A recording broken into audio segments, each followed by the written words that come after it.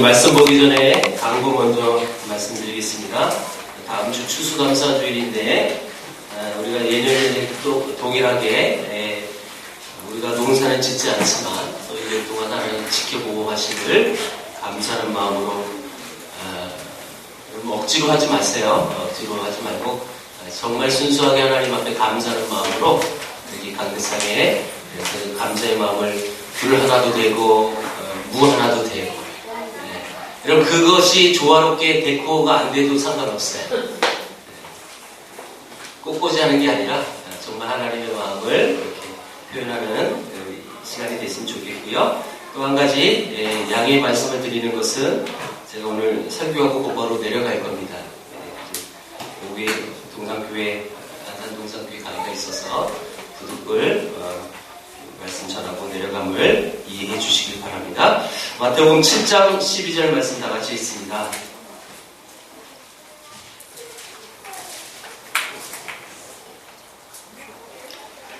마태복음 7장 12절 말씀 다 같이 읽겠습니다. 시작. 그러므로 무엇이든지 남에게 대접을 받고자 하는 대로 너희도 남을 대접하라. 이것이 율법이요 선지자니라. 이 마태복음 7장 12절은 황금률이라는 별명이 있는 성경 구절이죠. 기독교의 원리인 것입니다. 우리가 성경에 나오는 신앙의 사람들 중에 신앙의 열매가 남을 대접하는 것으로 나타나는 경우들이 참 많이 나타났죠. 여러분 성경에도 말하는 거예요. 네가 남에게 대접을 받고자 하면 먼저 남을 대접하라. 이것이 구약의 완성, 패션의 완성, 이런 개그도 있던데, 구약의 완성이에요. 이게 율법이고 이게 선지자예요. 이 말은 이게 이제 하나님이 우리를 향하여 우리가 인생을 살아가는 방법이라는 거죠. 그런데 제가 전에 이 말씀을 드린 적이 한 번 있어요. 그러면 이 말은요, 앞에 뭐가 나오는 내용이 먼저 있었느냐면, 구하라, 찾으라, 두드리라, 부착두라 그랬죠, 제가. 부착두. 구하라, 찾으라, 두드리라. 이 말씀 나오자마자 12절에, 네가 남에게 대접을 받고자 하거든, 먼저 남을 대접하라. 이 말씀이 나오는 거예요. 이 말은요, 이런 뜻이죠. 심지어 우리가 기도를 할 때, 그냥 하나님 내게 복 주세요. 하나님 나 잘 되게 해주세요. 우리 자녀 좋은 대학 가게 해주세요. 이런 아주 단순한 그런 기도의 수준이 아니라 기도조차도 배타적인 기도해라. 이런 뜻이에요, 사실. 아니 하나님 우리 가족 먹고 살기도 힘들어 죽겠는데 어떻게 다음까지 생각해요. 근데요, 성경의 원리라고요. 성경은 그렇게 우리에게 말하고 있습니다. 사실 여러분 기도하는 것조차도 남을 위하여 먼저 기도하고 남을 축복하는 것, 그게 이제 대접인데요. 그게 내가 넉넉해서 하는 건 아니에요. 내가 많이 가져서 저 사람은 나보다 덜 가졌으니까 그래서 넉넉한 마음으로 그를 위해서 기도하는 그 원리가 아니라 신앙의 자세라는 거예요. 신앙의 자세. 여러분 이것이 우리가 기독교인으로서 가져야 할 마음 자세라. 그걸 우리에게 말하고 있다는 것입니다. 그래서 심지어 기도를 하는 자기만의 은밀한 그 시간에도 남을 위하여 기도하라. 아멘을 한 번만 하십니다. 어렵죠? 여러분 여러분들 문제거리 기도하기도 바쁘잖아요. 사실 솔직히 그렇죠? 여러분 자식을 위해서 기도하는 그거 바쁘잖아요. 여러분 청년들은 그것도 안 하잖아요. 사실 또 여러분들은 그 시간조차도 못하는데 자기를 위해서도 기도 못하는데 어떻게 남을 위해서 기도해요? 네, 원리라는 원리.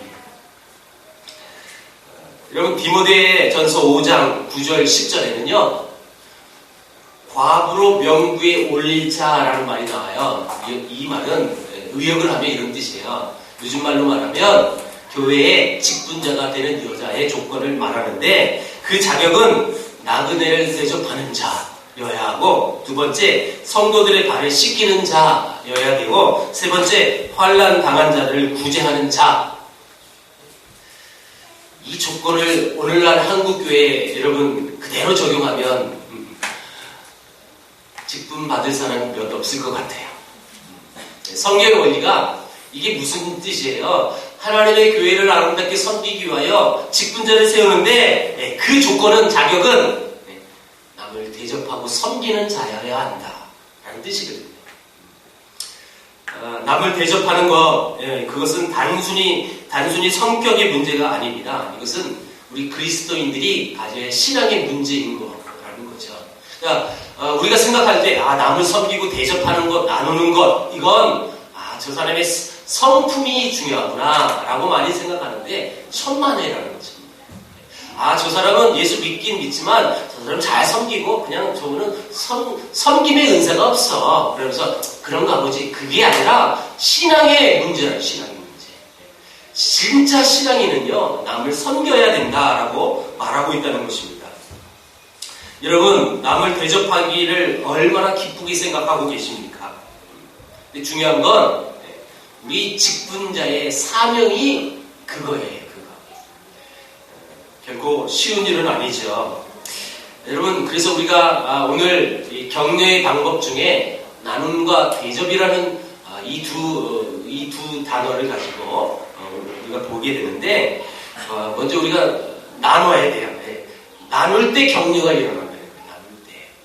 자, 어떤 한 집사님이 자기 교회 한 학생에 대해서 이야기를 했대요. 그 학생은 큰 병에 걸렸는데 집이 너무 가난해서 도저히 치료할 엄두도 못 내는 집안이었다는 거예요. 그래서 그 얘기를 끝나고 나서 어떤 한 분이 누군지는 잘 모르지만 그 아이의 치료비를 도우라고 자기 이름을 쓰지 않고 그냥 빈봉투에다가 돈을 좀 넣어서 이런 말씀을 적었대요. 믿는 무리가 한 마음과 한 뜻이 되어 모든 물건을 서로 통용하고 제 재물을 조금이라도 제 것이라 여긴 하는 이가 하나도 없더라. 사도행전 4장 32절 말씀 적어놓은 거예요. 근데 희한한 건 그 한 분의 봉투를 남겨두고 나서 그 다음에 또 한 사람이 그렇게 모아져서 약 200만 원 정도가 모여서 그 학생에게 전달했답니다. 근데 그 학생은 그 집안이 예수 믿는 집안이 아니었어요. 그 학생만 교회를 나왔대요. 네, 그 모금한 돈을 그 아이의 치료비에 도우라고 갖다 줬는데 그 다음 주에 그 부모님까지 교회를 다 나왔다는 거예요. 물론 도움 받아서 왔다. 여기 포커스가 아니죠, 여러분. 나눌 때 역사가 일어난다. 나눌 때. 우리 강화도에서 여러분 들었던 이야기 기억하세요? 강화도에 정말 돈 많은 부자가 성경 말씀을 읽고 하나님 내가 이 죄인이거든요. 그래서 빚진 사람들 다 초청해서 그래서 빈문서 불태운 거 기억하세요? 그 빚진 자들이 어떻게 됐다고요? 그 다음에 다 교인이 됐다고요. 그러니까 우리가 교인을 만들려고 하고 전도를 하려면 일단 빚을 줘야 되는구나. 그리고 빈문서를 없애야 되는구나. 이거 정말 아주 단순한 성도예요. 그렇죠? 무슨 얘기예요? 사실 그러려고 그 사람들 교인 만들려고 한 건 아니었어요. 그렇죠? 말씀이 그 안에 들어가서 그래서 성령의 인도하신 대로 그 빈문서를 다 불태웠더니 하나님은 그 나눔의 역사를 통하여 한 영혼이 변화되었다는 거예요. 마찬가지. 우리도 마찬가지. 여러분 나눌 때 역사가 일어난다는 이 말에 여러분 동감하시길 바랍니다. 이게 여러분 상식적으로 말이 안 되는 거예요. 내 안에 있는 걸 여러분 움켜줘야지 계속 저축해야지 여러분 쌓이지.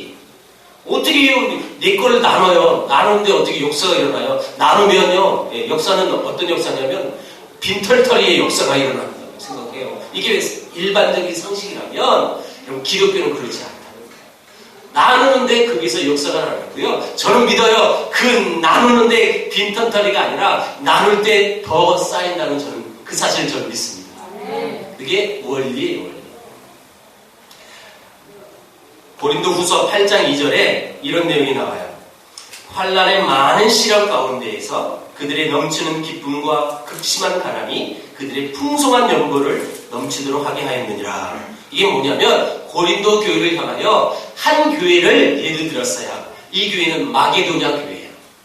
이런 마게도냐는 한 지역이 아니거든요. 여러분 제가 액트스쿨 할 때 기억을 하실는지 모르겠어요. 벌써 1년이 넘었으니까 벌써 까먹었겠죠, 여러분. 네.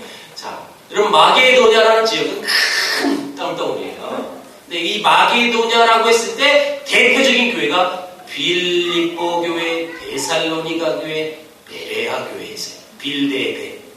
근데 그 중에서도 특별히 이 아름다운 마게도냐라고 불렀을 때, 이런 그 마게도냐에 칭찬했을 때 그 교회는 거의 빌립보 교회라고 생각하시면 거의 맞아요. 근데 이 빌립보 교회가 복음이 들어온 지 얼마 안 돼도 불구하고 계속 이 선교사에게 열심을 했던 교회였잖아요. 근데 이 빌립보 교회를 꼭 집어서 얘기 안 하고 사도 바울은 마게도냐 교회가 이렇게 했는데 그 내용이에요. 자, 그러면 다시 한번 읽을게요. 그럼 그 마게도냐가 어떻게 했는지. 환난의 많은 시련 가운데에서 그들의 넘치는 기쁨과 극심한 가난이 그들의 풍성한 연보를 넘치도록 하게 했다. 이게 뭔 말이에요? 이게 말이 안 맞아요. 여러분, 그들이 풍성한 헌금을 했다라는 뜻인데, 근데 어떤 상황에서 했느냐? 여러분, 환난과 많은 시련 가운데도 극심한 가난에서도 그들은 더 풍성한 헌금을 했다. 나눴다, 이런 말을 하는 거예요, 지금. 여러분, 우리가 나눈다고 했을 때 많은 사람들이 이렇게 착각하죠. 내가 있어야 나누지, 이런 말, 이런 마음. 아니, 나도 없는데 어떻게 나눠? 그래서 못 나눠요. 네, 성경에서 말하는 이 나눔의 법칙을 지금 이 고린도 후서 8장에 여러분 예를 쓴 거예요. 그들은 너희보다 더 가난해. 정말 시련과 많은 고난이 있어. 근데 그들은 풍성한 연보를 넘치도록 했다. 이렇게 얘기하는 거예요. 그러니까 이게 무슨 법칙이에요? 가난해서 나눌 수 없는 게 아니라 가난해도 나눌 수 있다는 뜻이거든요. 일반 상식은 우리가 많이 가져야 나눈다 생각하지만 기독교의 원리는 아니에요. 가난하지만 나보다 더 부한 자를 여러분 나눌 수도 있는 게 기독교예요. 억울합니까 여러분? 표정이 표정까지 잘하세요. 내가 가난해도 여러분 신앙인이면 진짜 주의 구원의 기쁨이 넘친다면 나보다 부할 수 있지만 나눌 수 있는 게 우리의 여러분 신앙인의 모습이라는 거예요. 야고보서 1장 9절 10절을 다 같이 한번 찾아봅니다. 야고보서 1장 9절 10절.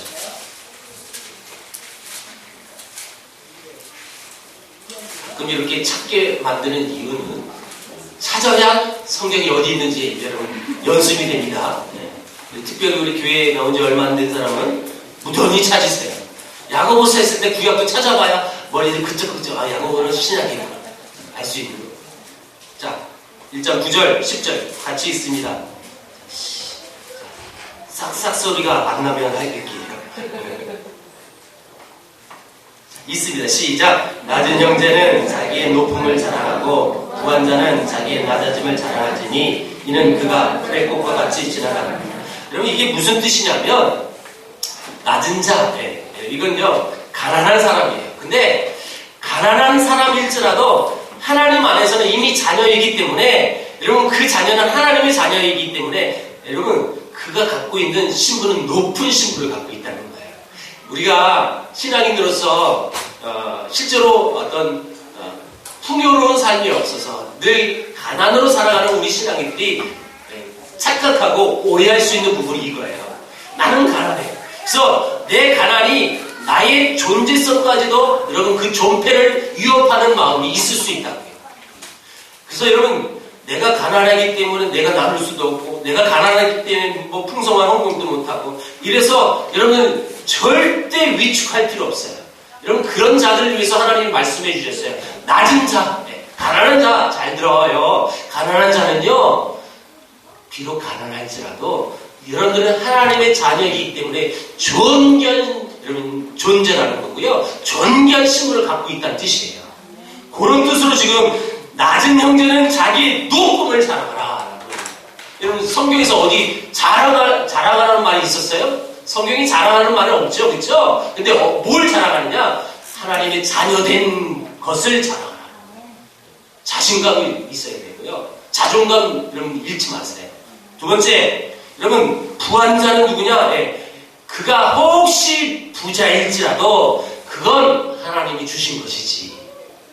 네가 잘나서가 아니라 네가 그 부한 건 하나님이 주신 거니까 너는 낮아짐을 자랑할지라. 이 말이에요.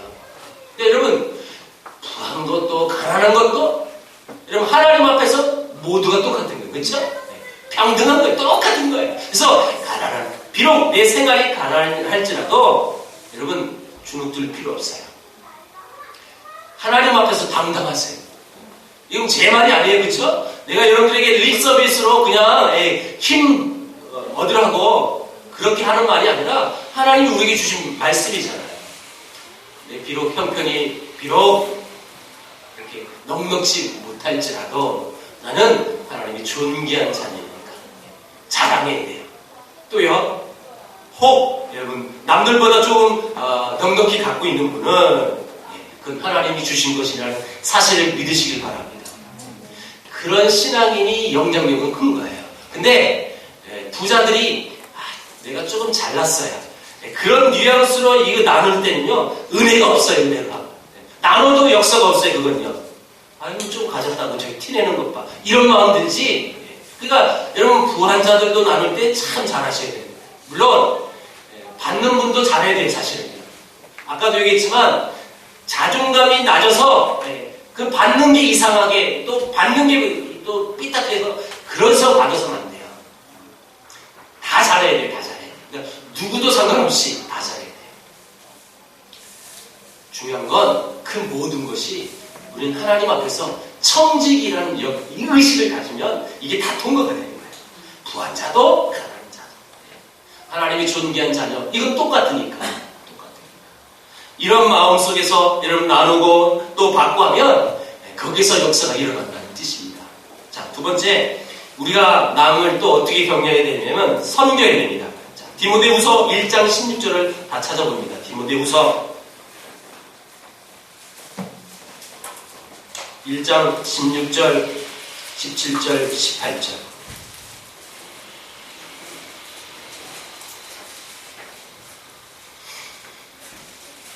디모데후서 1장 16절, 17절, 18절 다 같이 읽어봅니다. 시작. 원하건대 주께서 오네시모로의 집에 긍휼을 베푸시옵소서. 그가 나를 자주 격려해주고 내가 사슬에 매인 것을 부러워하지 아니하고 로마에 있을 때 나를 부지런히 찾아와 만났습니다. 원하건대 주께서 그로 하여금 그날에 주의 긍휼을 잊게 하여 주옵소서. 또 그가 에베소에서 많이 봉사한 것을 내가 잘 아느니라.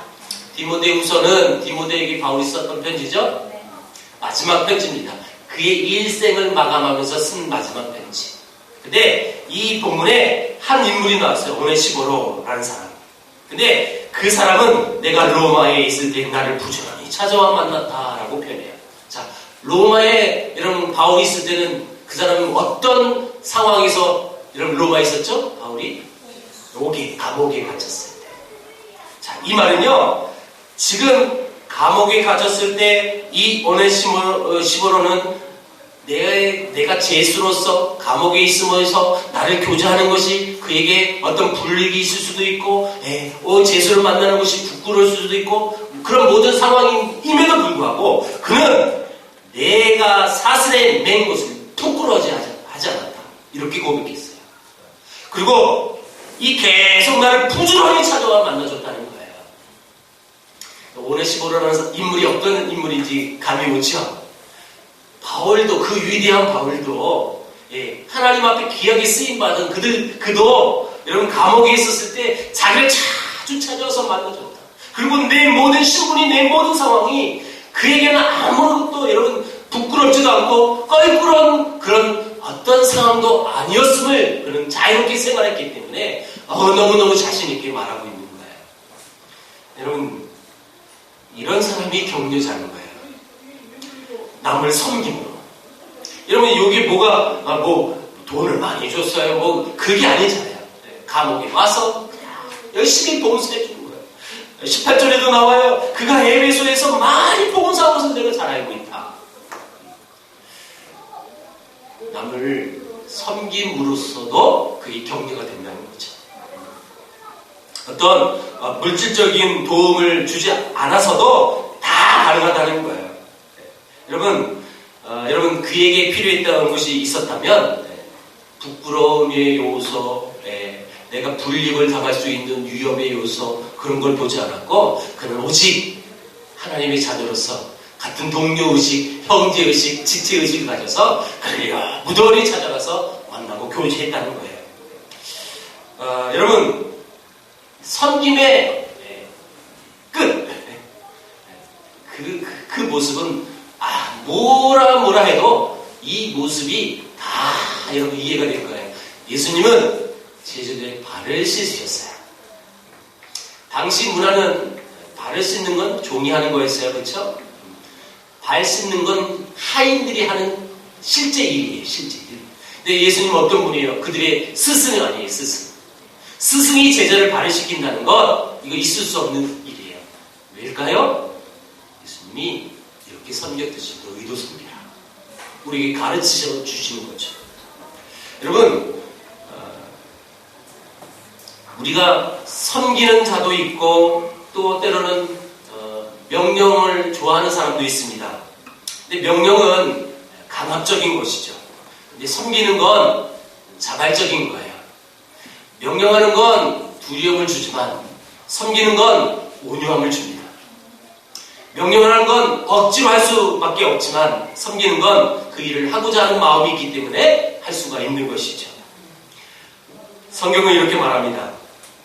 율법은 명령이다. 그래서 그 율법을 못하면 정죄가 되는 거고 그리고 죽임을 당하는 거고 심판을 당하는 거예요. 근데 복음은 명령이 아닙니다. 여러분.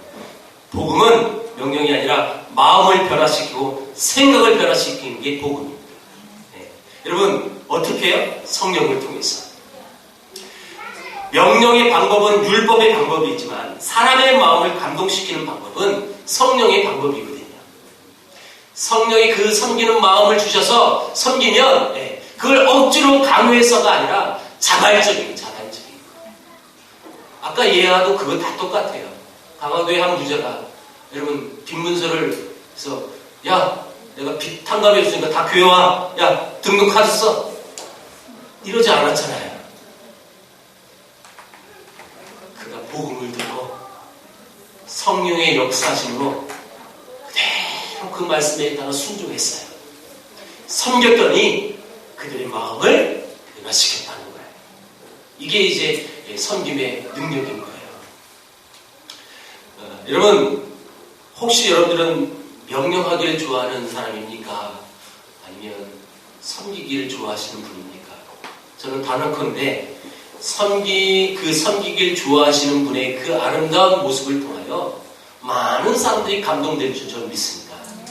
제가 우리나라의 복음의 역사를 연구하는 사람 아닙니까? 근데요, 물론 복음의 그 메시지에 능력이 있는 걸 사실은 예수 믿으세요. 그런데 대부분이요. 선교사들이 복음을 전하고 선교사들이 복음 받아서 예수 믿은 우리 초대교회, 한국 초대교회 우리 선배님들의 모습을 보면 여러분 그 다른 영혼이 예수 믿는 과정들이 거의 다 이거였어요.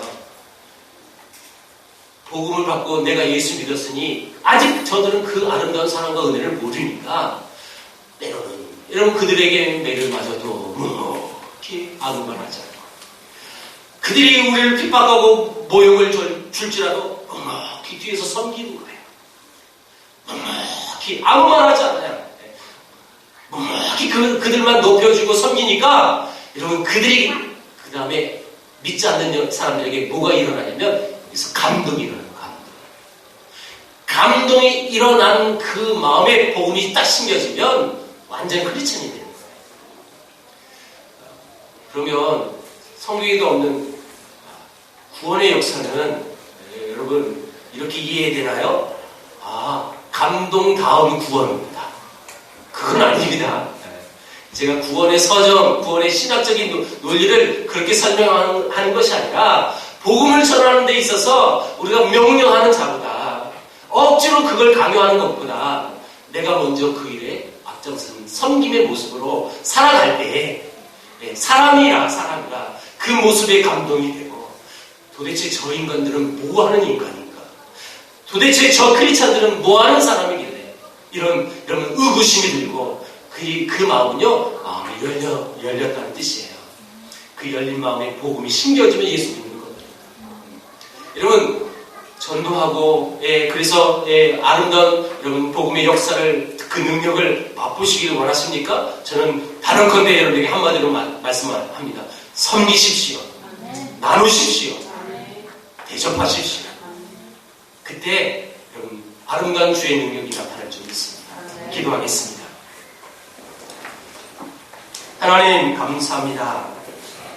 아무것도 바라지 않는 아름다운 섬김이 사람의 마음을 감동시키고 주님 앞에 돌아오는 그 역사하심을